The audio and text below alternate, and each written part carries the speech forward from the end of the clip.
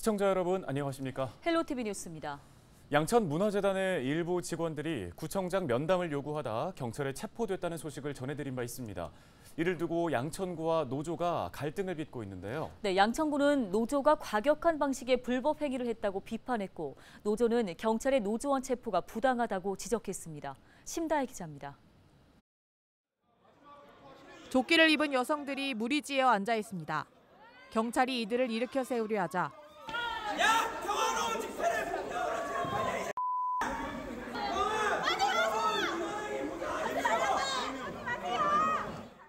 욕설과 고성이 난무하며 현장은 아수라장이 됐습니다. 지난 13일 양천문화재단 소속 노조원들이 구청에서 구청장 면담을 요구하던 중 일어난 일입니다. 현장에 있던 10명의 사람들이 경찰에 연행됐습니다. 이 중 6명이 양천문화재단 소속 직원들이었는데요. 이들은 퇴거 명령에 응하지 않은 혐의를 받습니다. 이틀 뒤 노조는 긴급 기자회견을 열었습니다. 10명 모두 40시간 넘게 구금 중이라며 구청과 경찰을 규탄했습니다. 양천구청과 경찰은 노동자들을 탄압하고 강제 폭력 지각과 연행으로 인권을 무릅니다. 노조가 구청장에게 면담을 요구한 건 근무 여건에 대한 불만 때문입니다. 기본기본 최저임금 수준, 매년 임금 인상률은 물가 인상률에도 한참 못 미치고 몇 년을 일해도 월급은 제자리 수준, 다른 자치구에 비해 퇴사율은 압도적이다. 반면 양천구는 노조가 과도한 임금 인상을 요구한다는 입장입니다. 재단 예산을 3년 만에 200% 이상 증액했고 비정규직의 정규직 전환과 기본급 인상 등 복지 향상을 위해 최선을 다했다고 설명했습니다. 노조는 구청과 경찰이 조합원에게 가한 행위에 대해 모든 방법으로 대응할 것이라고 했고 양천구는 노조가 구청사를 불법 점거하고 구청의 기능을 마비시켰다며 상황이 악화될 경우 문화재단 운영 재검토도 착수하겠다고 밝혔습니다. 헬로티비 뉴스 심다혜입니다. 서울에서 형제, 자매가 있는 아이들이 점차 줄고 있는 것으로 나타났습니다. 서울시의회 윤형희 의원이 서울시로부터 받은 자료를 보면 2016년 대비 2022년 서울에 미성년 자녀가 있는 가구가 22만 가구 줄었습니다. 두 자녀 가구가 13만 가구 감소해 감소폭이 가장 컸고 한 자녀 가구가 5만 8천 가구, 세 자녀 가구는 2만 4천 가구 줄었습니다. 윤형희 의원은 최근 서울의 초저출생 문제는 아이를 아예 낳지 않는 무자녀 풍조와 함께 한 자녀 선호 현상이 뚜렷하게 나타난 결과라고 진단했습니다. 이어 윤 의원은 현재의 다자녀 가족 지원 정책은 한계가 있으므로 국가 정책을 보완하는 서울시의 다자녀 가구 지원 확대가 필요한 시점이라고 진단하고 다자녀 가구에 대한 전폭적인 지지와 지원 개선 방안이 마련돼야 한다고 강조했습니다. 추석맞이 직거래 장터가 오는 20일부터 이틀간 양천공원에서 열립니다. 이번 장터에서는 충남 서산시와 서천군, 부여군 등 전국 30개 지역에서 온 품질 좋고 신선한 특산물을 구매할 수 있습니다. 1시간 무료 주차권과 무료 배송 서비스도 제공되는데요.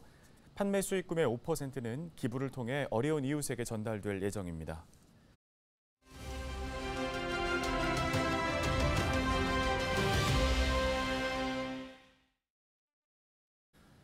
일교차가 벌어지는 환절기, 알레르기성 비염 환자가 늘고 있습니다. 비염은 특히 감기와 증상이 비슷해서 혼동하기도 쉬운데요. 비염의 증상은 정확히 어떤 것들이고 어떻게 대처를 해야 하는지 도움 말씀 들어보겠습니다. 네, 인제대 백병원 가정의학과 김경우 교수가 전화 연결돼 있습니다. 교수님, 환절기가 사실 가장 무서운 분들, 역시 만성 비염을 앓고 있는 분들이 아닐까 싶은데요. 이게 코감기랑 증상이 비슷해서 헷갈리기도 하는데 먼저 비염의 원인과 증상, 구체적으로 어떻게 되는지 설명해 주실까요? 네, 비염은 원인에 따라서 감염성, 알레르기성, 혈관 운동성, 그리고 약물이나 호르몬 변화에 의한 비염 등 다양한데요. 원인에 상관없이 증상은 콧물, 코막힘, 재채기, 코가려움증 등이 공통적으로 생깁니다. 일반적으로 바이러스 감염에 의한 비염은 일주일 이내 증상이 호전되고 또 알레르기성 비염은 알레르기 원인 물질에 노출되었을 때 증상이 나타난다든지 또 혈관 운동성 비염은 온도 변화에 의해 증상이 나타나는 특징이 있지만 비염이 만성적으로 진행돼서 구조적인 변화가 생기거나 또 여러 원인들이 복합적으로 작용하여 비염이 생길 수도 있겠습니다. 네, 특히 만성 비염을 앓는 분들, 비염 증상이 있어도 굳이 병원을 찾지 않기도 합니다. 치료하지 않아도 될까요? 네, 만성 비염은 오래 가고 자주 재발을 해서 병원을 계속 다니시는 것이 쉽지 않으실 텐데요. 만성 비염의 원인이나 증상 진행 정도 등에 따라서 꾸준한 약물 치료와 정기적인 진료가 필요합니다. 꾸준한 치료를 유지하지 않으시면 비염이 진행되거나 또 부비동이라고 하는 코 주변 공간에도 염증이 생기기 쉬운데 심한 부비동이 생기게 되면 심한 통증과 더불어서 잘 낫지 않거나 부비동 주변으로 감염증이 진행될 수도 있기 때문에 평소 비염 자기관리를 하시는 것도 중요하지만 동시에 정기적으로 의사 진료를 받으시고 증상이 악화될 때에는 조기에 병원을 찾아서 적절한 검사와 치료를 받으시는 것이 필요합니다. 네, 일교차가 큰 환절기에는 비염 증상이 더욱더 심해질 수밖에 없는데요. 악화되지 않도록 주의를 하려면 어떻게 예방하는 게 좋을까요? 네, 알레르기성 비염의 경우 원인 항원 물질 노출을 피하셔야겠습니다. 알레르기성 비염의 흔한 원인 항원 물질 중 하나가 진먼지 진드기인데요. 침구류는 60도 이상으로 세탁하시거나 또 진먼지 진드기 방지 침구류를 사용하시는 것도 도움이 되겠습니다. 꽃가루 알레르기가 있으신 분들은 유행 시기 외출을 자제하시거나 외출 시에 보건용 마스크를 착용하셔서 항원 노출을 줄이실 수 있습니다. 또 생리식염수나 소금물, 코세척은 코 안에 알레르기 물질이나 먼지를 줄여주어서 비염 증상 완화에 도움을 줄 수 있겠습니다. 감염성 비염 예방을 위해서는 손위생과 또 3mm 공간에서는 마스크를 착용하셔야겠고요. 또 독감과 코로나19 예방접종을 해주시는 것이 좋겠습니다. 또 비염을 악화시키는 직간접 흡연이나 미세먼지 노출을 피하시고 과로나 스트레스를 줄이시는 것도 예방에 도움이 되겠습니다. 네, 예방법 잘 기억하시고 건강한 환절기 보내시기 바랍니다. 말씀 잘 들었습니다. 인제대 백병원 가정의학과 김경우 교수였습니다.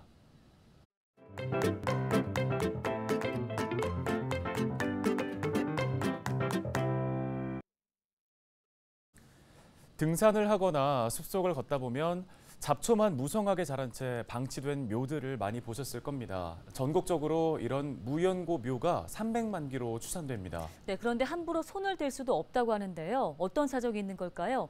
기자가 간다 표영민 기자입니다.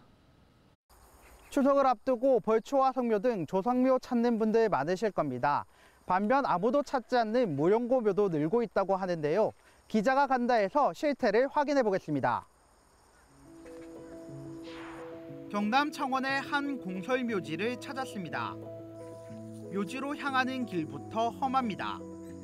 산 아래 초원지대로 보이지만 자세히 들여다보면 잡초 사이로 드러난 비석이 묘라는 사실을 알려줍니다. 가족이나 친척들이 찾지 않는 무연고 묘지입니다.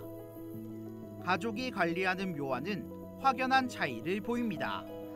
무연고가 많습니다. 바로 제 산소 바로 옆에 그 옆에는 아예 벌초를 안 오십니다. 자식들이 있지만 안 오신 분들이 더 많아요. 마음이 안타깝죠. 분명히 저도 자손들이 있었을 텐데. 후손이 많이 찾는 묘의 경우 비교적 관리가 잘 되어 있지만 아무도 찾지 않는 무연고 묘의 경우 수풀이 우거져 묘지인지조차 알 수 없는 상황입니다. 사설 공원묘지는 무연고 묘가 골칫거리입니다. 유족과 연락이 끊기면 관리비가 밀려 유지가 어렵고 그렇다고 함부로 파헤치기도 힘듭니다. 관리비가 좀 자꾸 지나가만 봐. 조상 넘으면 묘를 갖다 아무 거기 있다 보지만은 그게 그리 될 수가 있습니까? 어떻게 그래 해요, 그죠? 야산과 도심 등에 있는 무연고 묘의 상황은 좀 더 심각합니다. 묘를 찾기도 어렵고 비석조차 없어 누구의 것인지 알 수 없습니다. 또 수십 년 전 남의 땅에 불법으로 묘를 쓴 경우가 대부분입니다. 무연고 묘는 3개월 동안 신문 공고를 낸 뒤 처리할 수 있지만 비싼 묘지 이전 비용 등으로 쉽지 않습니다. 무미로 저런 안 오고 손주도 옷 안 하고 아무것도 안 하고 좀 나는 막 걷고 주고 그래 저 붙여놓고 있는 거예요 제가. 그래서 없어 연고지는 아예 없어 아예 아무것도. 무용고묘의 현황을 파악한 제대로 된 통계가 없다는 점도 문제입니다. 보건복지부와 전국공업묘연협회 등은 전국에 있는 묘 1,500만 여 기 중 약 20% 정도인 300만 기를 무용고묘로 추정하고 있습니다. 정부는 10여 년 전부터 매장보다는 화장과 수목장 등 친환경장을 권장해 개인 묘지를 줄이고 있습니다. 생장 문화에서 또의 효율적인 이용과 묘역 조성으로 인한 자연 훼손을 방지하기 위해서 점차적으로 자연장지 이용이 늘어나고 있는 추세입니다. 이러한 노력에도 무용고묘는 늘어나고 있습니다. 조상의 묘를 묘시던 전통 문화가 사라지고 있기 때문입니다. 지난해 문화체육관광부가 진행한 조사에서 조상의 묘지를 관리하는 국민은 57.4%, 그 안에서도 증조부 묘지 이상을 관리하는 사람은 16.7%에 불과했습니다. 조부모 이상 묘지를 돌보지 않는 비율이 80% 이상을 넘어선 겁니다. 후손들의 발길이 끊기는 묘지들이 앞으로 점점 늘어날 전망입니다.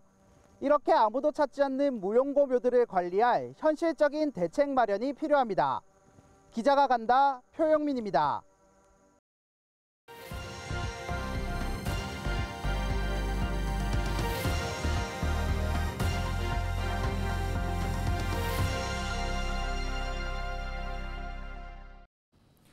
다음 소식입니다. 국내 최대 규모의 문화 콘텐츠 종합 전시인 광주 에이스페어가 열렸습니다. 네, 방송과 애니메이션, 게임 등 다양한 콘텐츠가 선보인 가운데 케이블 TV 업계가 처음으로 공동 부스를 마련해 경쟁력 있는 프로그램들을 소개했습니다. 딜라이브 뉴스 박용 기자입니다. 올해 광주 에이스페어의 슬로건은 콘텐츠 다이브. 디지털 트윈과 인터랙티브, 버추얼과 엔터테인먼트의 영어 앞글자를 땄습니다. 급변하는 콘텐츠 산업을 상징하는 단어들로 박람회장 곳곳에서 변화된 콘텐츠 시장을 살펴볼 수 있습니다. 30개 나라에서 400여 개 업체가 참여한 2023 광주 에이스페어. 방송과 애니메이션, 가상현실과 메타버스 등 다양한 분야의 문화 콘텐츠를 선보이고 있습니다. 광고나 예능 프로그램에서 주로 볼 수 있었던 AI 캐릭터가 뉴스 아나운서로 활약하고 일상 속 가상현실의 활용 범위도 더 넓어졌습니다. 일단은 평소에 접해본 만화들 나오니까 일단 아이들은 호기심도 생기고 좋아하기도 하고 그리고 일단은 처음 해본 걸 경험할 수 있으니까 너무 좋은 것 같아요. 올해로 18회째를 맞이한 광주 에이스페어에는 케이블 방송사들이 처음으로 공동 부스도 마련했습니다. 딜라이브와 SK브로드밴드, LG 헬로비전과 HCN으로 구성된 MSO4사는 올해부터 보도와 프로그램을 공동 제작하며 영향력을 키우고 있습니다. OTT 등의 플랫폼 사업을 넘어서 콘텐츠 제작과 판매로 급변하는 방송 시장에서 경쟁력을 확보한다는 겁니다. 양질의 콘텐츠를 만들려고 노력을 하고 있고 SO들이 공동으로 또 그런 노력을 하고 있고요. 그래서 이제 양질의 콘텐츠를 또 국내뿐만 아니라 오늘 이런 전시장에 보면 해외에서도 많이들 관심을 갖고 나오시고 계십니다. 그래서 해외에 계신 분들에게도 저희 콘텐츠를 판매할 수 있는 그런 좋은 계기가 될 것이고 이런 것들이 저희 업계의 발전에도 큰 도움이 되리라고 그렇게 기대하고 있습니다. 이번 박람회에는 미디어 저작권과 패스트 서비스 등 유료 방송에 당면한 현안을 논의하는 세미나도 마련됐습니다. 새롭게 등장한 패스트, 즉 광고 기반 무료 스트리밍 TV 서비스를 삼성과 LG 등 TV 제조사들이 시작한 가운데 케이블 TV 업계도 이 서비스에 나서고 있습니다. 발제자들은 패스트 서비스는 콘텐츠 경쟁력과 차별화가 숙제라면서 지역 케이블 사업자들의 지역성 강화와 함께 방송 시장의 제도 완화도 필요하다고 강조했습니다. 딜라이브 뉴스 박용입니다.